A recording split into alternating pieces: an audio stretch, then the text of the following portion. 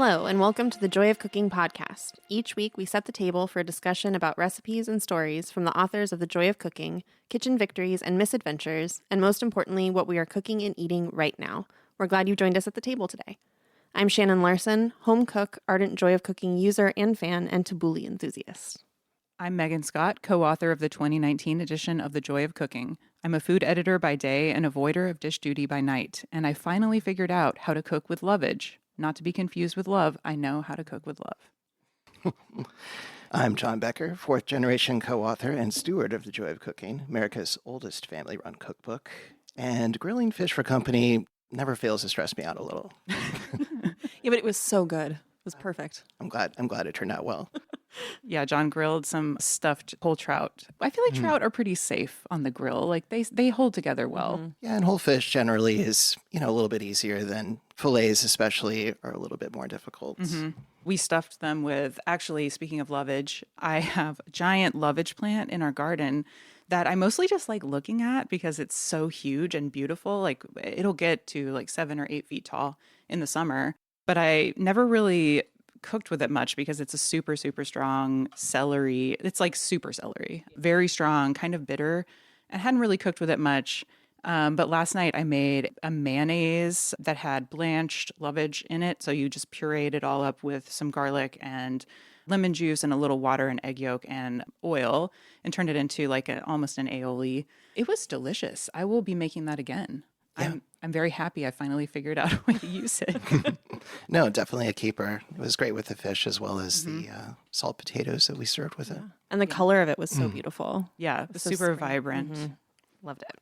What was your favorite part of dinner last night, Shannon? Well, John, I loved the trout, obviously, but those potatoes, I think we've talked about them on the podcast before, but it's the whole potatoes that you boil in a ton of salty water. Mm-hmm. I hadn't actually had them before. They were so good. Yeah, they're called Syracuse salt potatoes, and you do use a ton of salt, but they come out just perfectly I don't think a potato can absorb too much salt, but they're perfectly seasoned and just have a really nice texture. So I'll be making those again. Yeah, those were amazing. What about you, John? Can you describe something we've made in the past week that you were excited about or something you want to talk about? Putting me on the spot. No, there was that chicken ramen that we made with some sun noodles. So nice fresh ramen. And then, there was braised medallions of daikon that we had. And that's, shout out to a local Thai restaurant, Khao Mu Dang, for their superlative bami tom yum, because they do a really nice big medallion of braised daikon in that soup. And so definitely took a page from their book for that. Yeah, one. I'm kind of falling in love with braised radishes, the large radishes, not the small, like red radishes, but like a Chinese radish or a daikon. They have such a nice, even when you cook them to like complete doneness, they still have a bite to them. And I really appreciate that they don't just turn into mush, Yeah, no, very pleasant texture. I wanted to talk about the Joy Scouts recipe of the week because this was definitely a more involved recipe. Did you make the cake, Shannon? No, we had family in town, and so I just that's a wasn't able. I mean, I planned the whole dinner, and they had fruit salad for dessert because I just didn't get that far. But I want to. I've marked it in the book for my husband to make. Well, last week we made a coconut milk cake cocktail, which is a 3-layer coconut cake with just a very simple like whipped cream frosting and then lime curd in between the layers. If you make nothing else, definitely make the lime curd. Okay. The lime curd's where it's at. And I love that the recipe uses whole eggs instead of just egg yolks because I don't want to separate eggs and I don't want to have the leftover egg whites, so it solves those problems. Yeah. Yeah. Did you end up making it this week? Mm-hmm. Okay. Yeah, we made it over the weekend for a birthday. But now there were only 4 people at the birthday. So now we have half a cake. That's the problem with 2 people and baking, these big baking projects, is now we have to figure out what to do with all this cake. Make some new friends, I guess. Yeah. I know it doesn't sound like a problem, but it kind of is. It's taking up a lot of space in the fridge right now. Yeah. All right. I would love to welcome Christopher Kimball to the table. Christopher Kimball is the founder of Milk Street, a food media company dedicated to traveling the world to meet home cooks who teach us bolder, easier ways to cook at home. Christopher, welcome to the Joy of Cooking podcast. Hey, thanks for having me. My pleasure. What have you been cooking and eating this week that you're excited about? Besides instant ramen on a Tuesday night. That counts. I actually did that last night, unfortunately. I added some other stuff to it. But let's see. This weekend, I did chicken en cocotte that I made up. And then I made a traditional French white sauce, white wine, butter, mustard, some herbs. And I'd forgotten how good sauces are. Mm. I think in America, we've completely forgotten to make sauces. Nobody makes sauces anymore unless it's au jus, And I think that's really, you just throw a chicken and you can brown it or not in a Dutch oven. I throw it in the oven or you put it on top of the stove for a while with a little bit of liquid. Maybe you can throw some leeks in the bottom or herbs or garlic, whatever you have, and take the chicken out, reduce the liquid down, and then finish it off with whatever. It's just so simple to do. I made, what else did I make? I made Neapolitan meatballs, which have a ton of panade in it. It's like 40% bread, Oh, wow. which, they do to extend the meat, but it makes a very soft, tender meatball. Mm. But as one of my friends at the table said, yeah, they're soft and tender, but they have no flavor. So Oh no. Oh, I think there is something to be said for too much panade in your Mhm. meatballs, but they were pretty good. I also this is a recipe I found in Calabria last year. You start with oil. In Italy, of course, they almost never mince garlic, right? They take whole cloves, they throw them in, they brown them, take them out. And then I put a little tomato paste in, some cherry tomatoes, and some chopped up sweet peppers. And you can also add, I use some Turkish red chili flakes, but you could use a Cuban bell pepper or whatever, a little bit of spice or a serrano. And I just cooked that for 30 minutes, 45 minutes on low. I kept adding some water to it, cooked some pasta and put it on top. It was just absolutely amazing. Mm. I mean, it's so much better than a typical tomato sauce because it has that sweetness from the peppers. So that sounds like a really stupid recipe that shouldn't be any good. Uh, but now your last name's Becker, right? that's correct. Now I met your father or uncle or somebody back in the 80s. I flew out to see him and I said, hey, you guys should take the Joy of Cooking and redo it. He said, that's a great idea. And then I never heard back from him. So anyway, I just wanted you to know I had that idea back in the 1980s, but I don't think I was the right partner to do it. But Well, that was my father, Ethan, and he actually said to say hi. Yeah, yeah, he so- definitely remembers that meeting. Yeah. So, I mean, it was, you guys did a great job, but I just wanted to mention that there is that 6 degree of separation. Yeah, right. Yeah. Yeah, well, I feel like, you've been in the industry so long that, the degrees of separation are pretty small from, between you and just about everybody in the business. Well, it's getting to the point where I remember working with James Beard. People go like, wasn't that back in the 1920s or something? It makes you feel like you were around, during the First World War or something. So yeah, it's been a long time. So you did meet James Beard and spend some Yeah, time I with was introduced to Jim in 1979 when I was starting Cooks and at his townhouse on 12th Street. And yeah, we, had a few meals together and spent some time together. He was very helpful. Really engaging guy, really nice guy. Mhm. Yeah. That's how I got started. It was a mutual friend knew him and was kind enough to introduce me. He had a great townhouse with I guess the Beard House owns it now. Well, I guess it is the Beard House. What am I saying? Oregon native. Very, very proud of James Beard. So we cooked a couple recipes from the latest Milk Street cookbook this week, Backroads Italy, which is a really great book. But I just wanted to say I especially loved there's a rigatoni with a broccoli sauce. Delicious. I mean, I know that broccoli sauce is somewhat common, but I had never made it before and really, really enjoyed it. Also, rigatoni is maybe my new favorite pasta shape. Every time somebody says, yeah, we made a recipe out of your book, there's a little pause, You're just waiting for, I really wanted to like it, but the thing that was wrong about it or I used to have somebody, I remember a sister-in-law, and every time she came over, she said, this is really good, but I make this recipe, and then she'd tell me like in Bon Appetit how they make it.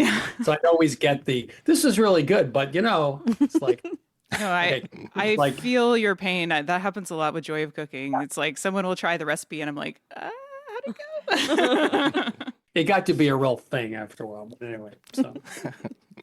Well, everybody has their own special opinions about recipes, especially.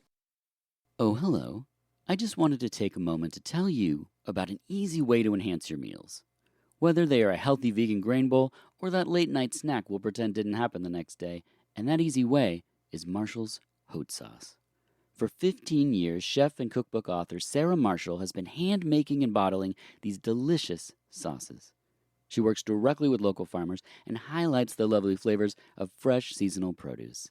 They're gluten-free, there are no additives, dyes, waxes, or binders, and they have mouth-watering combinations like serrano ginger lemongrass, or habanero carrot curry, or even whiskey smoked ghost, which was featured on Hot Ones.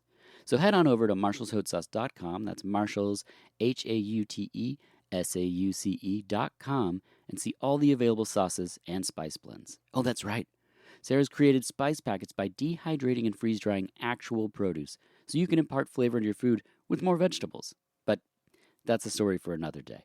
Find all of these delicious creations at marshallshotsauce.com and enter HOTJOY, that's one word, capital H, AUTE, capital JOY, one word, at checkout for 20% off. That's HOTJOY at checkout for 20% off. And now, back to the show. I wanted to ask, what was your first experience with Joy of Cooking?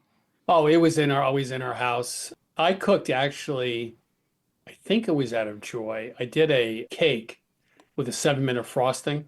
Mm-hmm. As you know, 7-minute frosting is actually really hard to do. It's annoying to make. It is annoying. And so it came out. I still remember it. It was my first baking experience, and I was like 10 or something. And the 7-minute frosting looked like snot. I mean, it actually looked just like snot. And so it was this thin, lumpy thing. It was just awful. And I frosted the cake, and my parents said, "Oh, how great and delicious it was." So, as I think some comedian has this whole routine about how lying to your children is like really important. Yes. But lying sometimes is a very good thing, because that's how I got started with food. I made this pretty awful cake, and I think the cake was okay, but the frosting was awful. I didn't understand that you should never start out with 7-minute frosting. Whipped cream would have been I was going to say that's a heck of a frosting to start with in your culinary journey. Not recommended. Syrup is not ideal. Yeah, you don't really want to do that. We always had the book around. I cooked out of a lot. Fannie Farmer, an old Jim Beard book I had. At the time, we had maybe 5 cookbooks. And those are the days when you had the big books, right? You had Better Homes and Gardens. You had the Settlement Cookbook. You'd have, the big tomes. And it wasn't the day where you had 3 books from Moroccan cooking and 4 books from Mexico and 6 books from India. And those came later. But back in the 50s and 60s, there was just the basic American big cookbooks. Yeah. Mm-hmm. We're still trying to do the big American cookbook to some degree. We're coming up on the 100th anniversary, so we're going to have to get it together. Well, I'd like, I have a lot of the old Fannie Farmer starting in the 1890s, and I think she died in 1913. But, you can see the progression where there are more and more Frenchified recipes, and there's something, she has things under glass in a black and white photo, and so you can tell that she was really trying to sex it up with going to New York to the famous restaurants and bringing back recipes and, having these faux French recipes. Mm-hmm. The thing I like about the older books is they tell you a lot about what people knew. Like, people made pies like every day. I mean, making a pie was like you could do it in your sleep. And so the first line of every pie recipe was make a paste. Paste was pie pastry. And so they didn't tell you like what you make it out of or how to do it, or the butter should be cold, or you should use leaf lard or whatever. There were no instructions. Mm-hmm. So I sort of like that because it tells you. I think Jim Beard's American Cookery was another great book because he told the story of America through the book, the head notes. And he'd say that so-and-so sheet crab soup was good, but so-and-so from Atlanta actually had a more interesting recipe. And there was a lot of sort of catty back and forth about who had the best recipe. And I miss that sometimes in modern books. You don't get that really personal kind of behind the scenes, what's really going on thing, which I really like. Yeah, Irma definitely had that kind of, not trash talking necessarily, but just like, she's publishing this recipe and she's saying like, oh, this is pretty good. But yeah, there were a few where she would say something like, someone requested that I put this recipe in. They really like it. Like you I like that because otherwise you get all the superlatives, which I think I've always had this argument about food writing. I don't think there should be anything called food writing. It's just writing. Like there's good writing and bad writing. It's like food writing it's just writing. So people, years ago they got into this model of superlatives and the basil fleck, the risotto, Oh no. and the tender crunch of the, please just spare me. Like, why can't you describe it like you describe anything else and get rid of all the salesy stuff? Like, you're not going to sell me because you use a bunch of adjectives. Like, or people say the mouth feel, right? And Oh. it's like, I don't even know. That just, I don't understand what that means. But just like describe it to me. Like, tell me what it is. And tell me if there's an origin story. Great, tell me the origin story. But don't sell me on the recipe. I'm not an idiot. I don't need all that adjectives. Just get the adjectives out. So it turns out that food writing became this thing, and it was mostly bad. Food writing. Now you're going to get I'm going to get thousands of. But most food writing is really pretty terrible because they try to write in this different way. Well, describe food the same way you describe anything else. I don't know. So anyway, and I think today food writing is much better. I think people have gotten away from that sort of, 70s, 80s. Everything is super wonderful. It's like, it's sort of like Mary Poppins, practically perfect in every way. It's like. How do you feel about the brothy beans or the garlicky this? I feel like Y just gets added to a lot of words to describe recipes now. I think writing is really hard. It is. And I think if you use those crutches to get you through, it's just a crutch. And what you ought to do is take that out and just try to be a better writer. And there are a lot of writers out there. I mean, Jeffrey Sterngarten, Vogue, is just an amazing writer. And he doesn't use any of those tricks. He just is a terrific writer. So there are plenty of people out there, Adam Gopnik from the New Yorker, who's on our show, who's just an amazing writer. The Table Comes First was a book he did in the 90s about living in Paris. Just be a better writer. And being a writer is hard because you have to. I think, who was it? Mario Puzo, who wrote The Godfather, was asked about writing, and he said, it's just rewriting. All you need to know about writing is you rewrite 20, 30 times, and that's what you need to do is go back and take out all the stuff that isn't working and redo it, but it's time consuming and it's hard and it's easy to say garlicky. Yeah. Well, and there's such a push for, I think, just a push for content, to create content, more and more and more and more content, like feed the algorithm, because that's how you get seen. And so it's more of a like quantity over quality issue. Yeah, but if you look at what works out there, like on our feed on Instagram, I started a year and a half ago doing more. And I think one of the first ones I did was something like everyone's wrong about garlic. Because I have this thing about, Americans, again, everyone's going to hate me, but they just don't understand garlic. You should never, I've never in Italy ever had garlic breath ever.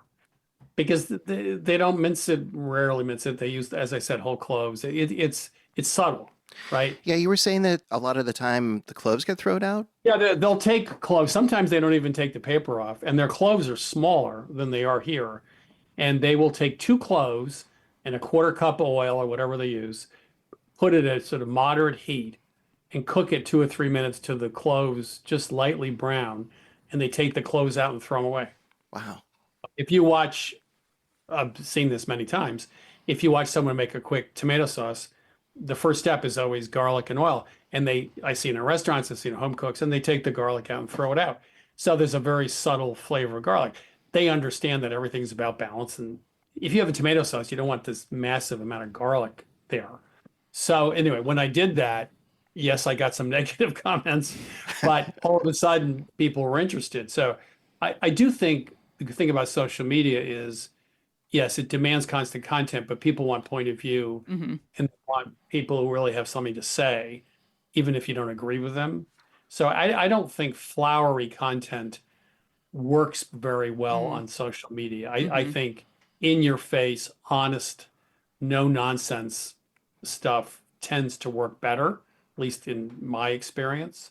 Again, I mean, there's a million ways to do it, but in my case, I find having a strong opinion and being very honest with people seems to cut through all the nonsense better. So maybe that's a good thing for food, right? Yeah. And also the other thing I have to say is I am amazed at the number of people out there who know a ton about cooking, who've never been to cooking school. They don't work for a big magazine. They've not written a cookbook, but they make like fabulous bread and they're just really, really good. And so I think that's been a huge benefit for the world of food is all these people who are enormously talented who you never would have heard of because they don't have a job at Food and Wine or Bon Appetit or they don't Right. have cooking, right? I mean, they're just really good. So I love those people. Yeah, I love learning from home cooks. I feel like you can learn so much from home cooks because you're working with a different set of limitations in a home kitchen and with your limited experience. And I think sometimes that makes for asking better questions. Yeah, and there's also the guy who opens the cans and with a southern accent and pours all his crap into the bowl, like into the pan, and it looks like you'd never want to eat it.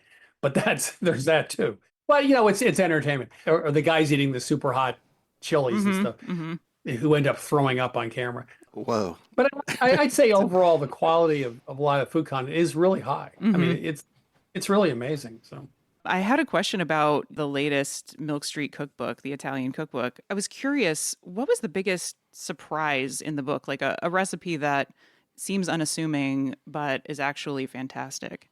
you mean a recipe that looks terrible, but it's actually good? Terrible, but maybe not the most eye-catching.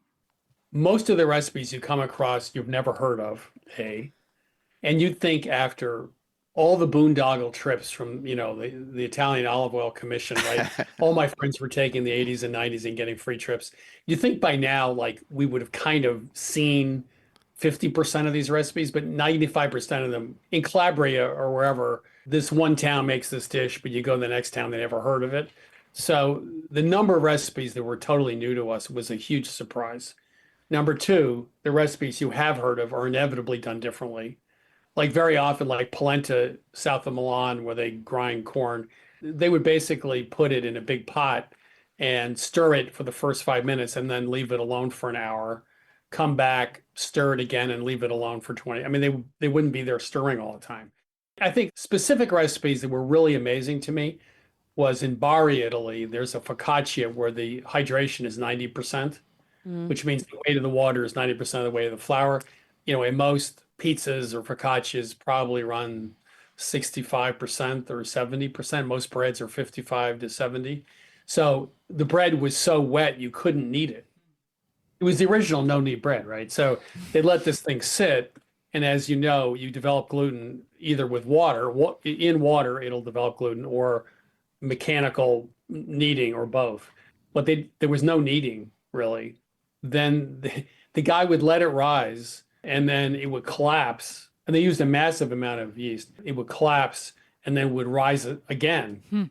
And then it was so loose that they just put it on a big pizza pan, essentially, or tray, and they would bake it on the tray. And it was just absolutely wonderful, but it broke all the rules.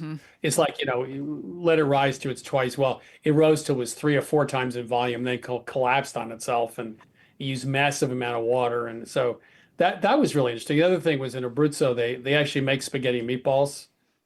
Now, I thought that was a purely American deal, because meat was expensive, people were poor, but they'd make polpetti, little tiny meatballs that are like half an inch wide. And they're sort of part of the sauce, but that does exist, which I've been saying for 30 years does not exist. So in other words, you go to Italy, you figure out you're wrong about everything. Right. But fettuccine Alfredo is essentially pasta with butter and cheese, and they made it for kids who weren't feeling well.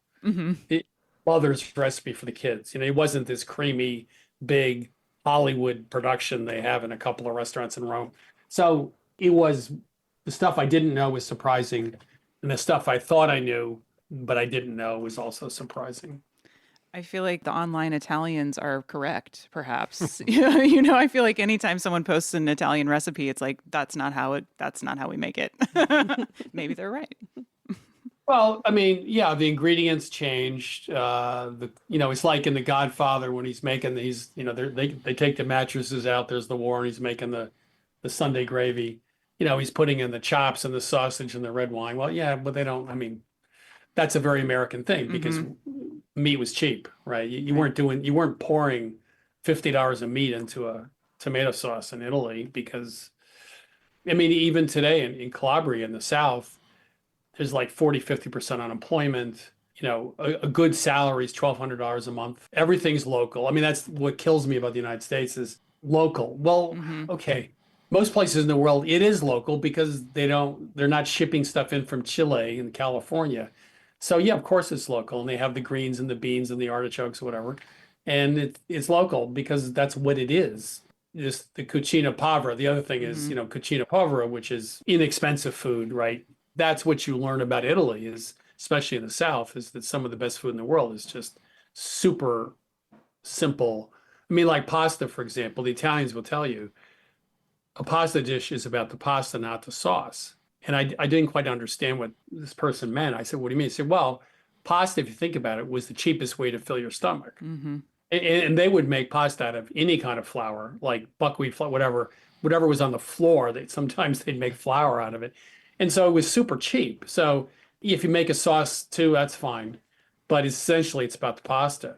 And so the texture of the pasta, the taste of the pasta is really important. And here in America, it's not about the pasta. It's always about the sauce. But they don't use that much sauce, right? I mean, they don't drown their pasta in sauce. So it's a different way of thinking about food, which I like.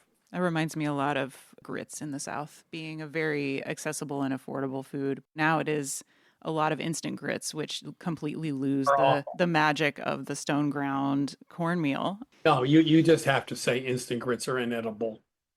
It's like instant oatmeal.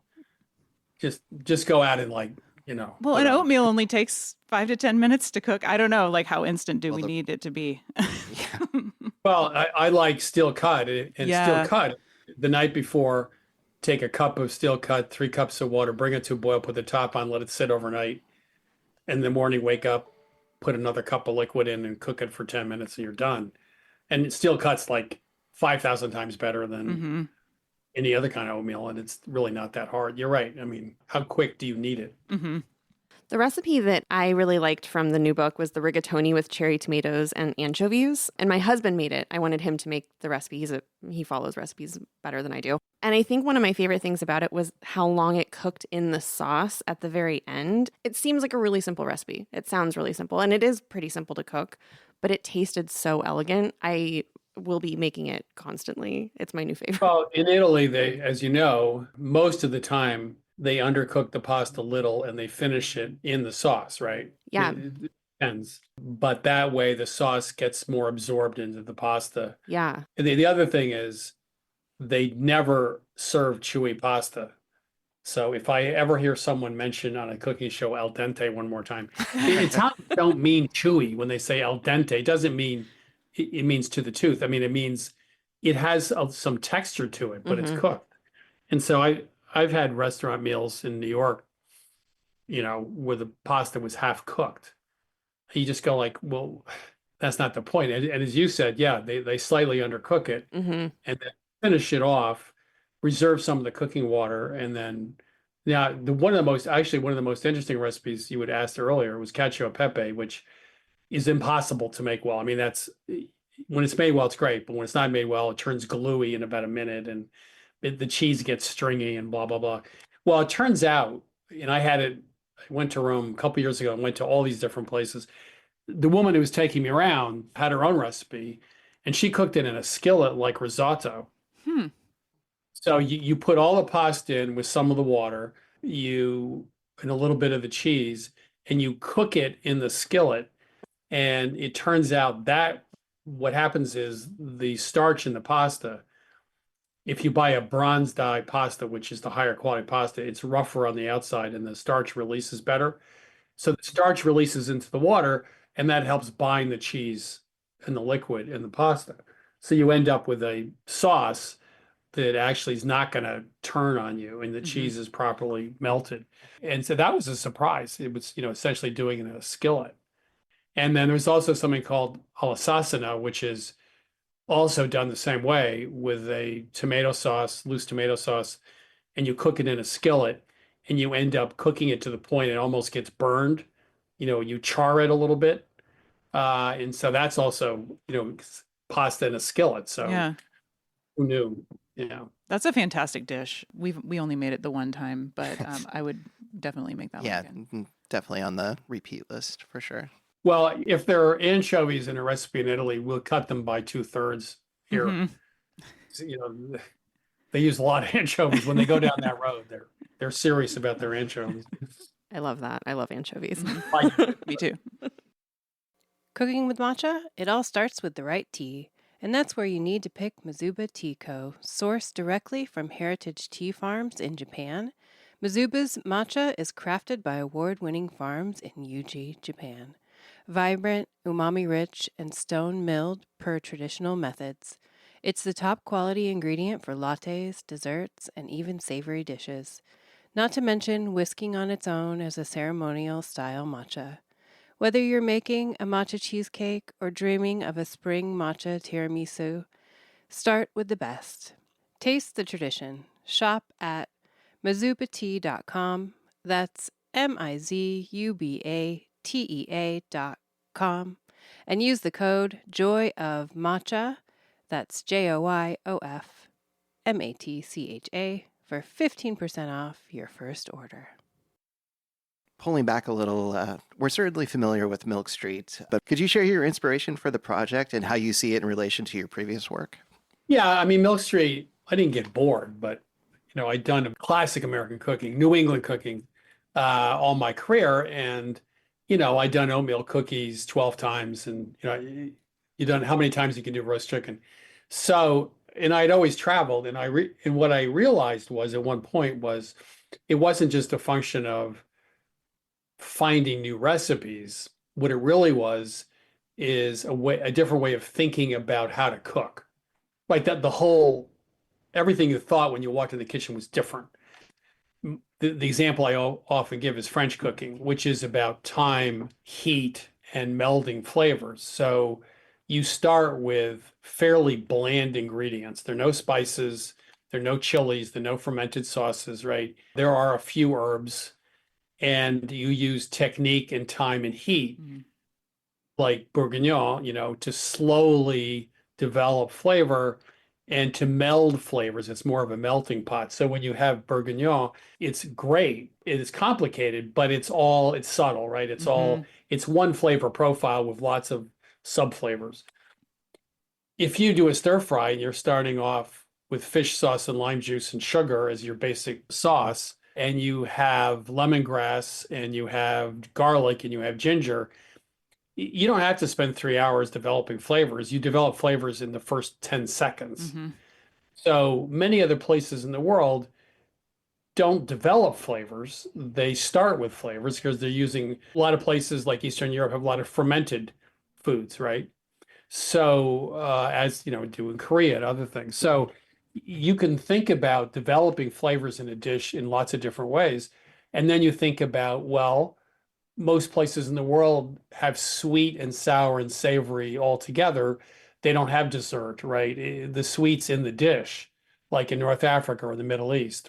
Or you think about chard. Chard is really important. In Mexico, if you're going to make a salsa, you always start by charring tomatoes and a little bit of onion and garlic, whatever, or pepper or chili on a comal or in a skillet, and you throw in a blender with some liquid, and then that's the basis for your salsa. So they char to bring out flavor. So there are lots of different ways about thinking about food and cooking, and a lot of them don't require time. Stir fry is not about time. There's some prep, but it's not about time. So, and you think about flavors differently.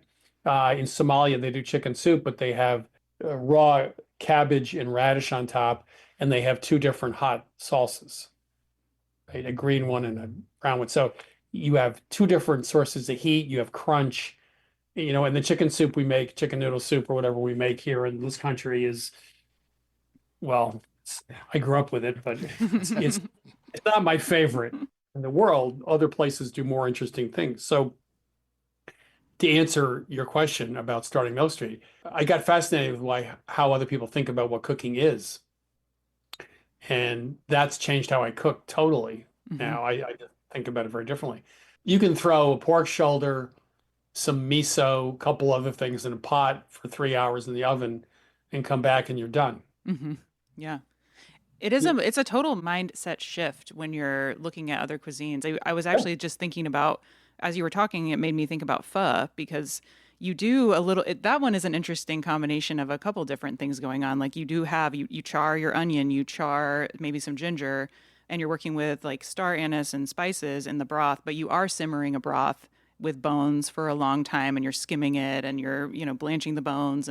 But then at the end, you're coming in with, it's expected that when you eat pho, you're going to add your own condiments and kind of tweak it to your taste.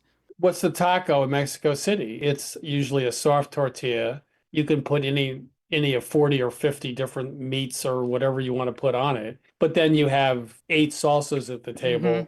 It's not about the tortilla so much. It's really about the salsas, really, when you get down to it. That's right. And also, most places, the other thing that drives me nuts is I grew up more in the French tradition, and everything was starting with stock. Well, nobody uses stock in the world. It's all water. If you cook a chicken in water, you get stock. You don't need to start with stock. It's just insane. I was in Romania a year ago in Transylvania, just north of the Carpathian Mountains, about 6 hours north of Bucharest. And I got to this woman's house. They have these little Saxon villages. They were established in the 14th century. Germans came over. They're good fighters, good farmers. They were enticed to come to live there. They built these villages of very small numbers of homes, and they still exist. And everyone has this long piece of land. It's a long strip of land, and they have gardens in the back, and everybody has a root cellar. So it's pretty cool. But she made water soup. This is the most brilliant thing I've ever seen. She takes caraway and toasted it in a pan and added water to it. That was her stock. Wow. He added some vegetables and a couple other things. But the point was she made stock with toasted caraway seeds. Well, okay, why not? I mean, this thing about it takes 10 hours to make a bloody stock and it has to be on the back burner all day.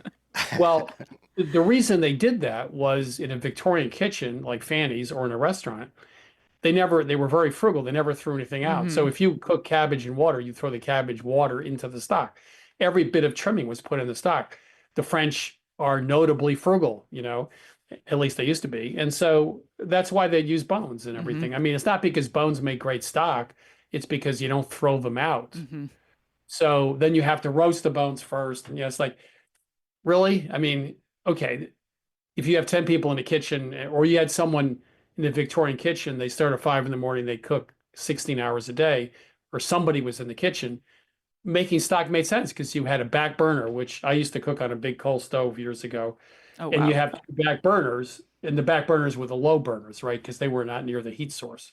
So you throw it in the back burner and you make stock, which makes perfect sense, but it makes no sense whatsoever in today's kitchen. So that's why most people in the world, and they couldn't afford to make stock. I mean, so they just use water.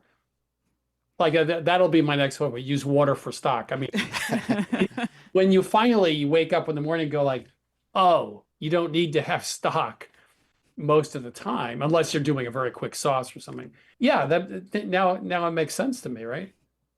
Well, we have to move into answering our weekly question in a second, but I have one question I really wanted to ask, and it's just for fun. So you're taking a trip to Italy and you bring an extra suitcase. What are you buying in Italy, ingredient-wise, and bringing back to the States?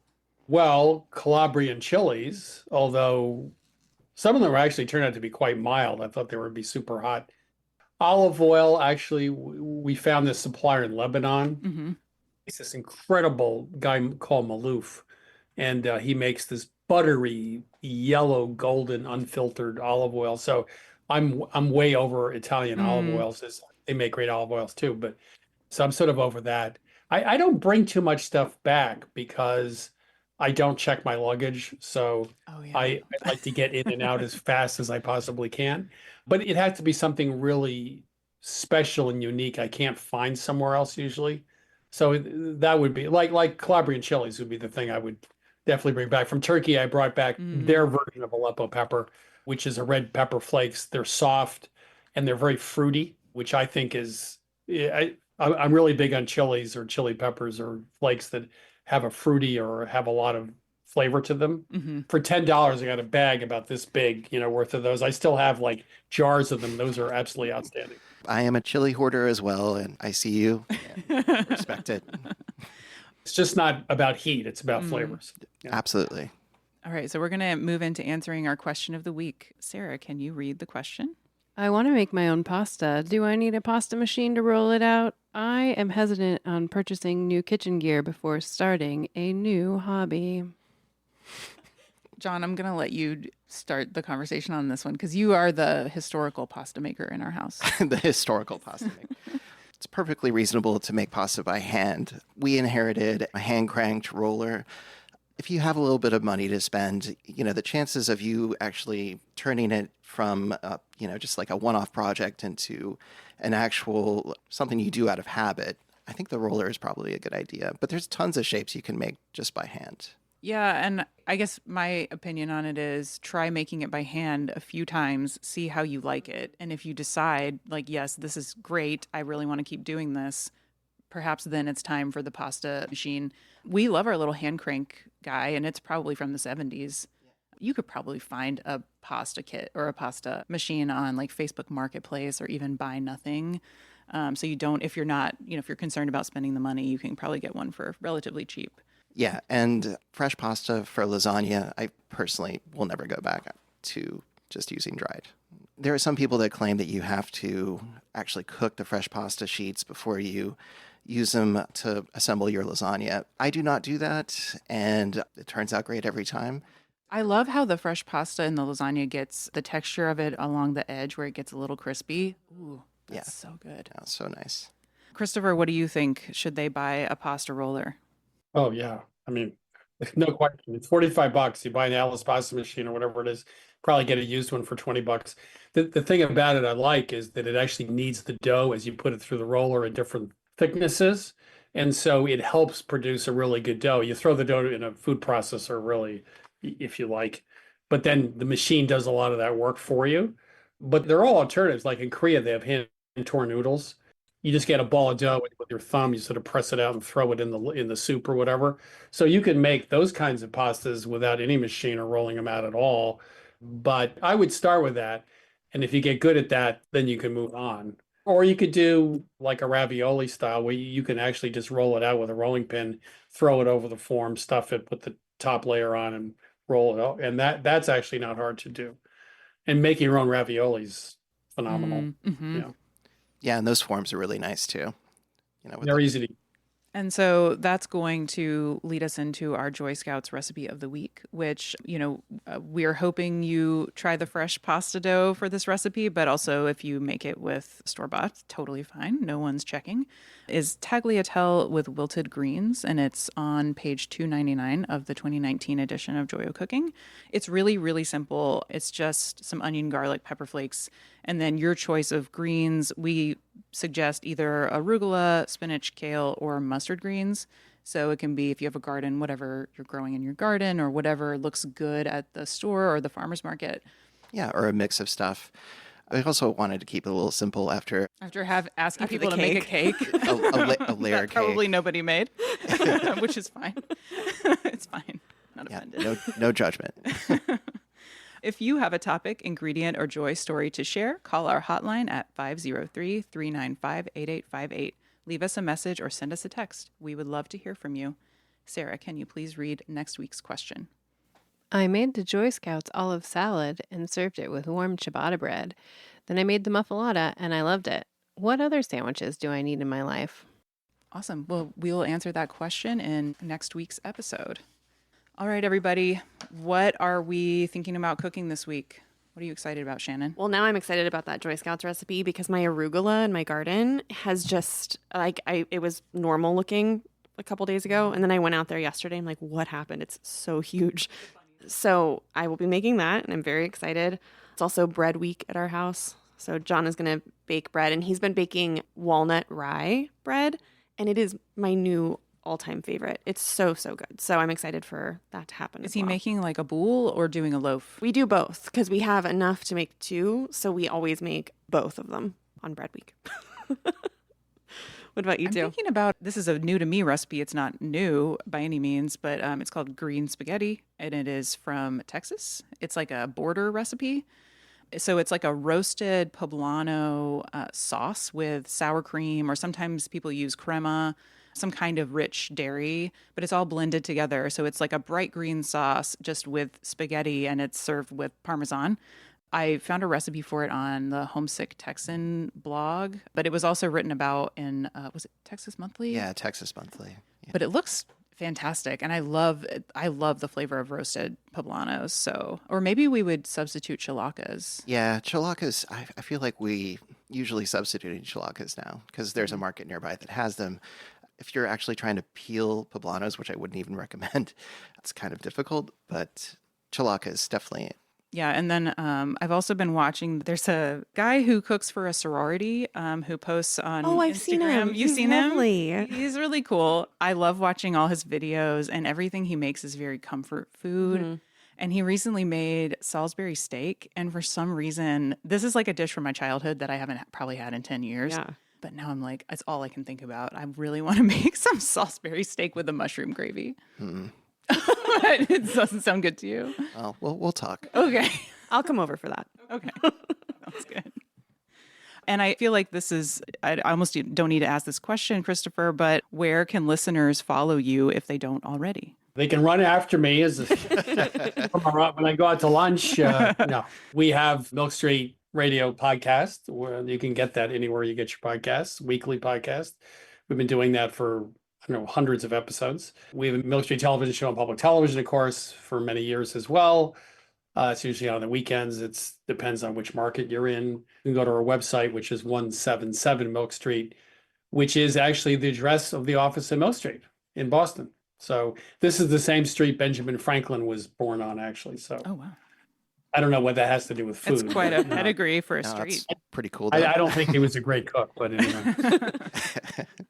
Well, thank you so much for joining us today. Yeah, thank you. Thanks for listening to the Joy of Cooking podcast. Before we go, show some love for your favorite podcast by subscribing to the show and leaving us a review. Follow us at joyofcooking.substack.com and on Instagram at thejoyofcooking.